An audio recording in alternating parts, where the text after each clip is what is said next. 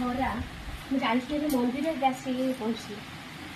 ମନ୍ଦିରରେ ଆଜି ପ୍ରବଳ ଭିଡ଼। ଆଜି ହେଉଛି ସୁଦଶା ବ୍ରତ ମା ଲକ୍ଷ୍ମୀଙ୍କର।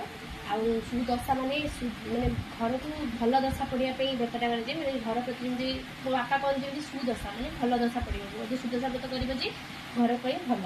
ଆଉ ମୁଁ ଯାଇଥିଲି ସୁଦଶା ବ୍ରତ ଏବେ କରିକି ଆମେ ଆସିଲି। ଆଜି ପ୍ରବଳ ଭିଡ଼ ଥିଲା, ଖରା ବି ବହୁତ। ଏବେ ଜଷ୍ଟ ଆସିକି ପହଞ୍ଚିଲି। ନମସ୍କାର। କିଛି ଭିଡ଼ିଓ ଆଜି ହେଇନି, ସରି। କ'ଣ ବଜାଉଛନ୍ତି ଲୋ ଏମିତି ଢୋଲ?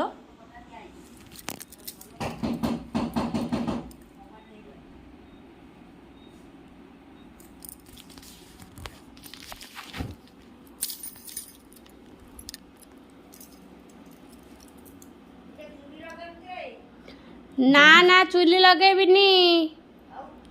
ଆଉ କେମିତି ରୋଷେଇ କରିବି? ଚୁଲି ଲଗେଇବିନି ତ।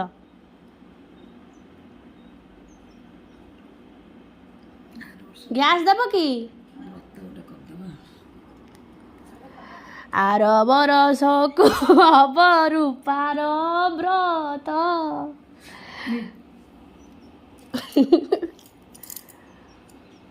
टाइट करियो କି କ'ଣ ଏତେ ଛୋଟ ହେଲା ଲ छोट करियो ଆଗ ଥର ବଡ଼ ହେଇଥିଲା। तू अल्प धइलु କାଇଁ ସ୍ୱପ୍ନ ଦେଖିବା କ'ଣ ମନା? ରୂପାର ବ୍ରତ କରିବି। मुंडरे लुगा देके ବୁଝିଦେଲୁ ମା। ବ୍ରତଟା ଘରେ କରିଦିଅନ୍ତି, ଆଉ କିଏ ନେଇକି ମନ୍ଦିରରେ ବି କରନ୍ତି। ଆମର ଆଗ ବର୍ଷ ଯେହେତୁ ମୁଁ ପ୍ରଥମ ଥର କରିଥିଲି, ମୁଁ ଘରେ କରିଥିଲି। ଏଥର ଦ୍ୱିତୀୟ ଥର ମୁଁ ସୁଦଶା ବ୍ରତ କଲି। ଆଉ ଏଇଟା ଯାଇକି ମୁଁ ମନ୍ଦିରରେ କରିକି ଆସିଲି। ଜୟ ଜଗନ୍ନାଥ।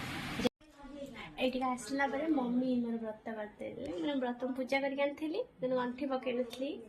ସେଠି ଟିଭି ହିଡ଼ ଥିଲା ନା, ଏଠି ମମ୍ମି ମୋର ଗଣ୍ଠି ପକେଇକି ମାଆଙ୍କର ଗୀତ ବୋଲିଲି। ଗଣ୍ଠି ପକେଇକି ମାଆଙ୍କ ନାଁରେ ମୁଁ ହେଉଛି ବ୍ରତ ବାନ୍ଧିଲି।